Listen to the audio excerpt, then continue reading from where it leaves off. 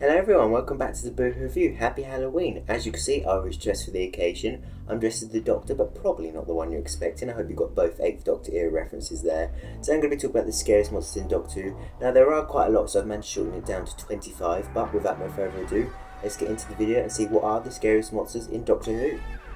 At 25 we have the Daleks. Now for me the Daleks aren't scary, but I can see why they were scary. I feel like their peak in terms of creepiness would have been back in the 60s, their first story, the Daleks, because I can totally see why.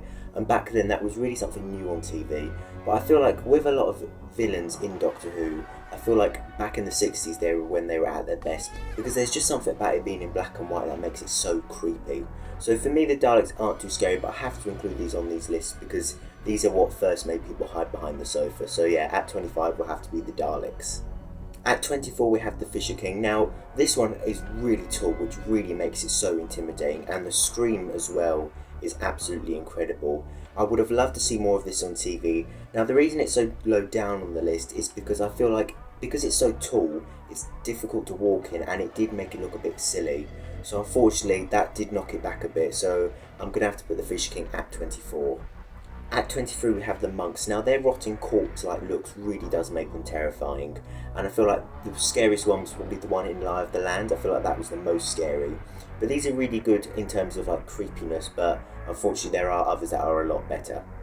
At 22 we have the Fajarians. Now these, although they didn't turn out to be villains, are very creepy indeed. They have a very demonic look with their 14 black piercing eyes and the sharp teeth around the face and backlight ears. They are very creepy. So at 22 we have the Fajarians.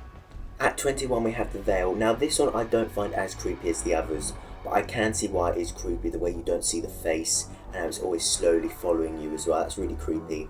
And the fly surrounding it at times is a very nice touch. So at 21 will be the Veil. At 20 we have the Whispermen. Now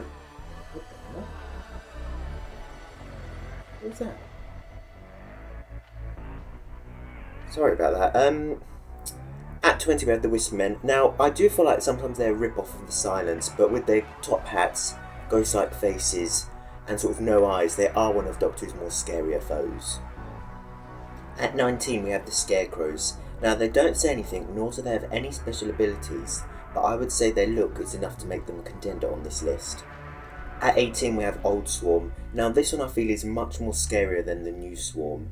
Now I feel like this one was at its best when he was at the Temple of Atropos, because there you can really see his like red eyes and wrinkled skin, and I know if I was a lot younger this is one villain I would definitely be scared of. At 17 we have Prisoner Zero. Now this one's made it on the list because of its horrible look, fish-like similarities and sharp teeth.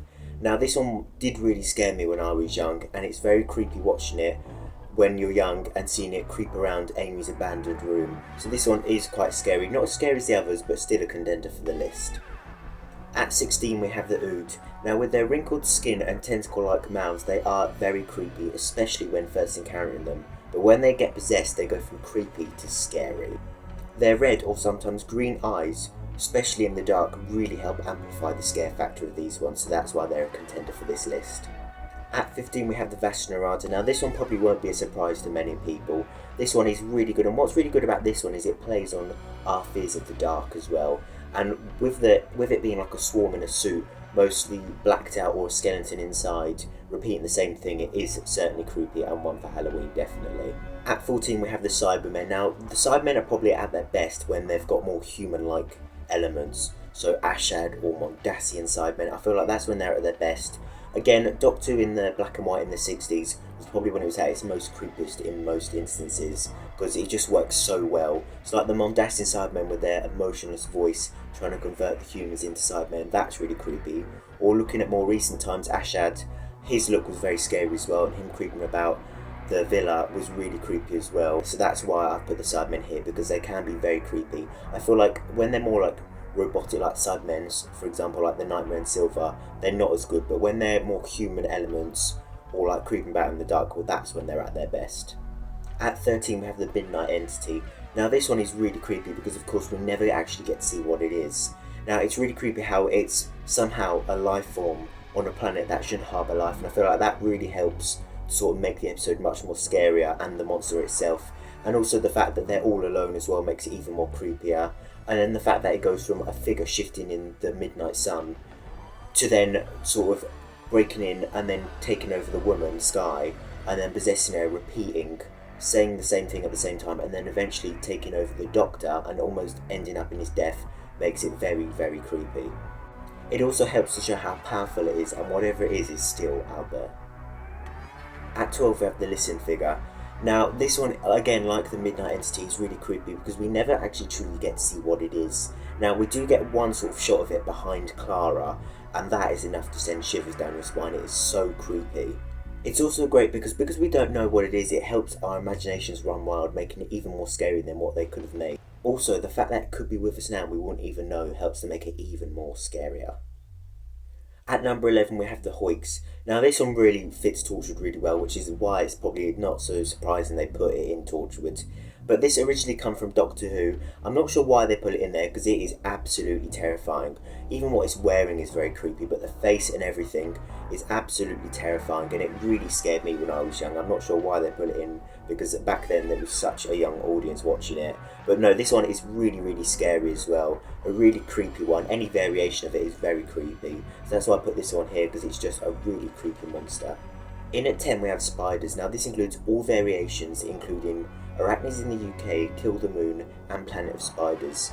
Now what makes these so creepy is their horrible look, quick movements, and just everything about them is very creepy. I mean, need I say more? At 9 we have the Peg Dolls. So now with their weathered like skin and hollow black eyes, they are very creepy. And with the transformation that comes with it, like when Amy turned into one of the Peg Dolls, it is absolutely terrifying. So that's why at 9 it will be the Peg Dolls. At 8 we have the Dream Crabs. Now what's scary about these is they home in on your memory and latch on your face and drain you dry slowly. It's very creepy. And what also put these so high up on the list for me is when back in 2015 when I went to the Wembley Doctor Who event, I think it was called Symphonic Spectacular, they come up right next to me and they were absolutely terrifying. It's my clearest memory of that day. They are absolutely terrifying. So at number 8 will have to be the Dream Crabs. At 7 we have the Foretold. Now this one is obviously very terrifying. Just the look itself is absolutely great and scary at the same time. The weathered like mummified look, and then also the fact you've got 66 seconds, and the fact that no matter how far you go, where you hide, it will get you in 66 second time unless you can find a way to stop it. It's absolutely terrifying. So definitely at number 7 will be the Foretold. At 6 we have the Cigarax. Now these are really creepy whether they have their masks on or their masks off. They are such a great design.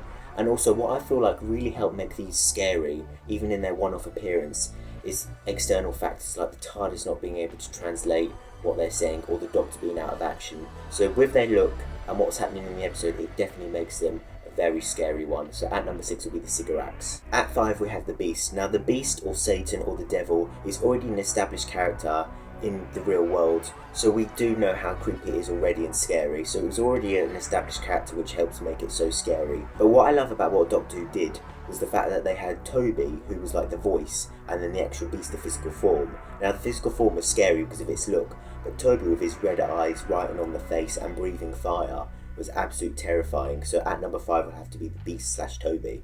At number 4 we have the Silence. Now the Silence are one of the most scariest and well created monsters in Doctor Who, and definitely one of Moffat's greatest strengths. Now, the thing that makes the Silence so scary is their creepy look, height, and ability to edit themselves out of your memory. Now, I'd be lying if I didn't admit I was absolutely terrified of them when they first come on TV. At number 4 we have the Silence. Now, the Silence are one of the most scariest and... At number 4 we have the Silence. At number 3 we have the Weevils. Now whilst they did originate from Torchwood, they did actually make an appearance in the Pandorica Opens. Now these had me scared to even go to the end of my hallway when I was young, and I still would like to encounter them coming out the sewers. Coming in at number 2 we have the Flood. Now the Flood are one of Doctor Who's most scariest monsters, absolutely. Now I couldn't watch this episode for a number of years because they were just so scary, and I still feel like this is probably one of the most scariest episodes in Doctor Who ever. Now with their cracked black mouths and them not saying a word, they are absolutely terrifying. Plus, just one drop being able to make you into them is enough to petrify you. They are absolutely scary. And I remember hearing about how Russell T Davies didn't want to make them bold to make them too scary for younger kids. But I feel like that horse already bolted. They are absolutely terrifying. So definitely at number 2 we have the Flood. At number one, we have the empty child. Now, a lot of things make this one so terrifying. The look, the fact that it forces itself out of your throat, and then the nightmarish transformation that's followed is absolute. What the hell was that? No, seriously, what was that? What the hell?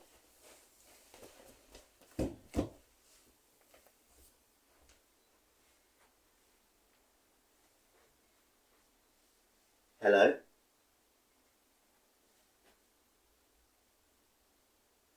Hello?